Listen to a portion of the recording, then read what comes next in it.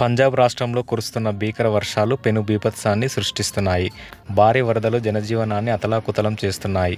పంట కాలువలు, నదులు పొంగిపొర్లి ఇళ్లు, పంటలు నీట మునిగిపోతున్నాయి. दोस्तों, मेरा नाम बेअंत सिंह है। मैं पंजाब के संगरूर डिस्ट्रिक्ट का रहने वाला हूँ।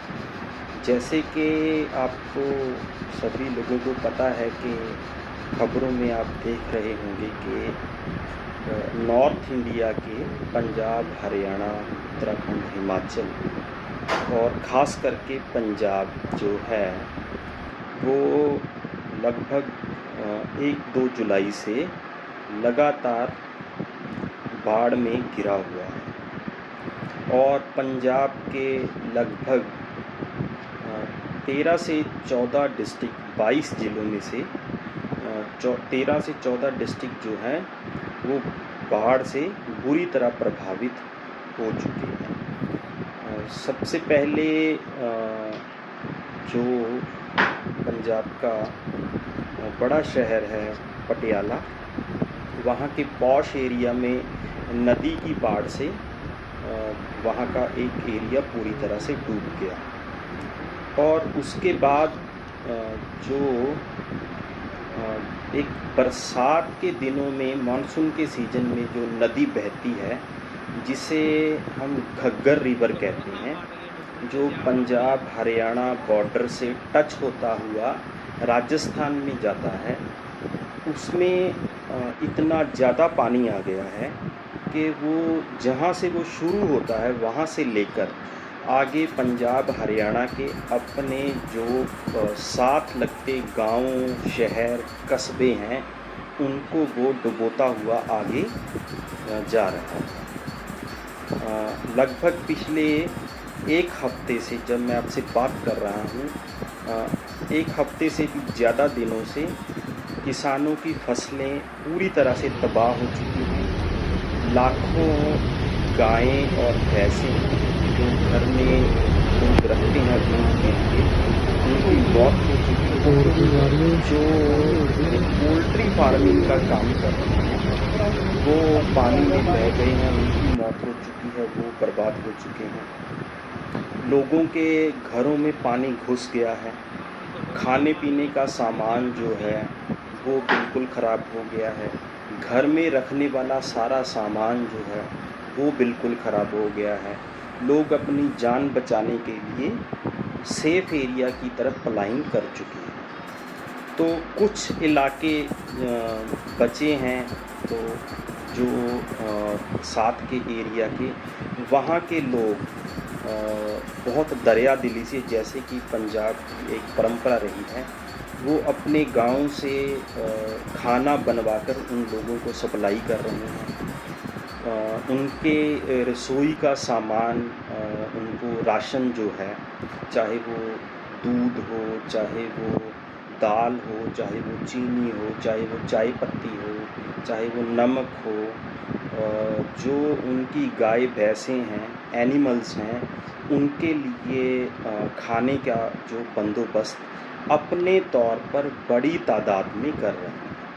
और जो बांध टूट चुके हैं घग्गर रिवर के, उनको ठीक करने के लिए भी लोग अपने तौर पर खुद उस पर मिट्टी लगाने के लिए, मिट्टी से उन बांधों को ठीक करने में बहुत मेहनत से लगे हुए हैं। इसके अलावा जो जालंधर डिस्ट्रिक्ट में, वहाँ पर सुल्तानपुर लोधी, लोहिया, वहाँ पे सतलुज रिवर में एक बड़ा बांध टूटा। उसने वहाँ पर सैकड़े गांव में वो बाढ़ में फंस गए। वहाँ भी वही स्थिति है जो बनी हुई है, जो मैंने घग्गर रिवर वाली बताई। तो ऑलमोस्ट पंजाब के लगभग 2 से 3 हज़ार गाँव जो हैं वो डायरेक्ट और इनडायरेक्ट तरीके से इस बाढ़ की स्थिति में फंसे हुए हैं और इससे प्रभावित हुए हैं। इस सभी में जो पंजाब सरकार है, जो आम आदमी पार्टी की सरकार है, आपको मालूम है कि भगवंत मान पंजाब के मुख्यमंत्री हैं। इस सारा जो बाढ़ की स्थिति बनी, क्योंकि मानसून से पहले जो बरसात के ये जो रिवर हैं, जो गवर्नमेंट को भी पता है कि हर साल इसमें पानी आता है, इनको ठीक करने के लिए, इनकी सफाई करने के लिए सरकार की तरफ से और डिज़ास्टर मैनेजमेंट की तरफ से एक फंड जारी होता है। लेकिन पिछले कई सालों से घग्गर रिवर पे एक भी रुपया खर्च नहीं किया गया है। और जो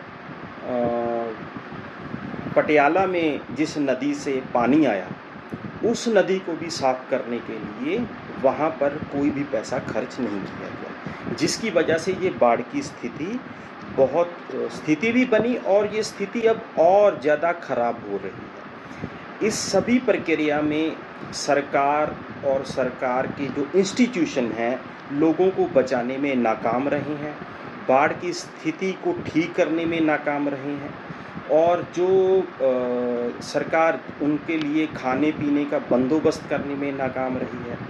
और अभी तक सरकार ने कोई भी पुख्ता ऐलान नहीं किया है जिससे ये साबित हो कि आम आदमी पार्टी की सरकार जो है वो इस बाढ़ की स्थिति में, जब लोगों का आर्थिक तौर पर उनका अरबों का नुकसान हो गया है, उसको ठीक करने के लिए कुछ बंदोबस्त या फिर कुछ उनको रिहैबिलिटेट करने के लिए कुछ करने जा रही है।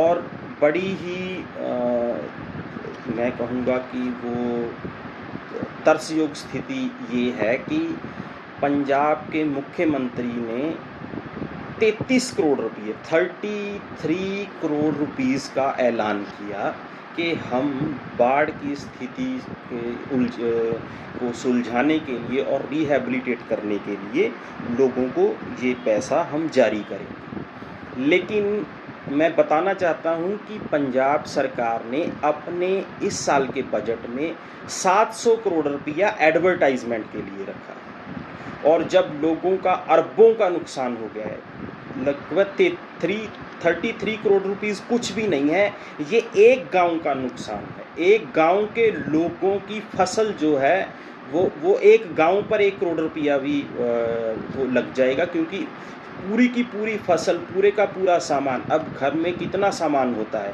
रसोई का कितना सामान होता है, घर में बेड होते हैं, उसमें बिस्तर होते हैं, इन्वर्टर होता है, बैटरा होता है, फ्रिज होता है, कूलर होता है, खटिया होती हैं, वो सारे के सारे लोगों के जो बाढ़ में गिरे उनके तबाह हो गए। तो सरकार की जो डिजास्टर मैनेजमेंट है वो पूरी तरह विफल रही है, नाकाम रही है इस पर। और हमको ये मालूम है कि जो ये बरसात हुई हिमाचल में, क्योंकि जो पंजाब के घग्गर रिवर में ये मानसून का पानी आता है, वो हिमाचल के ऊपरी हिस्सों में और हरियाणा के कुछ हिस्सों में दो दरियाओं, टांगरी और मारकंडा दरिया का और नंगल डैम में जो पानी जमा होता है वो सतलुज में छोड़ दिया जाता है इन दिनों में। जो क्लाइमेट चेंज की वजह से मानसून बहुत अजीब तरीके से बिहेव कर रहा है। हमें मालूम है इसके पीछे जो कॉरपोरेट की जो पूंजीपति लोग हैं, उन्होंने अपने लालच के लिए, उन्होंने अपने मुनाफे के लिए इस सारे एनवायरनमेंट को, वातावरण को तबाह कर दिया है। और ये कोई नेचुरल क्लाइमिटी नहीं है, ये मैन मेड क्लाइमिटी है, और इसके पीछे कॉरपोरेट की लोगों को लूटने की वो भूख इसके पीछे काम कर रही है। तो हम सभी लोगों को इस कॉरपोरेट नीतियां, सरकार की नीतियों के खिलाफ इकट्ठे होकर लड़ना होगा, और इसको बदलने के लिए ये जो पूरे का पूरा सिस्टम है, जो एक जब बारिश आती है, पूरे हिंदुस्तान में ऐसा होता है कि जब थोड़ी सी बरसात के दिनों में आधा हिंदुस्तान जो है वो डूब जाता है। जब बरसात नहीं होती है तो आधे हिंदुस्तान में सूखा पड़ जाता है। और अब हम इस दौर से गुजर रहे हैं कि जब हिंदुस्तान की सरकार जो है वो आज़ादी का अमृत वर्ष है जो वो मना रही है। और इस अमृत काल में स्थिति ये है कि लोग जो हैं वो पानी में डूब रहे हैं और सोके में मर रहे हैं। तो मेरी पूरे हिंदुस्तान के लोगों से ये अपील है कि आप इसको नेचुरल बाढ़ की स्थिति को नेचुरल कैलामिटी मत समझें। ये सरकारी नीतियों की और कॉरपोरेट नीतियों की ये लोगों को देन है।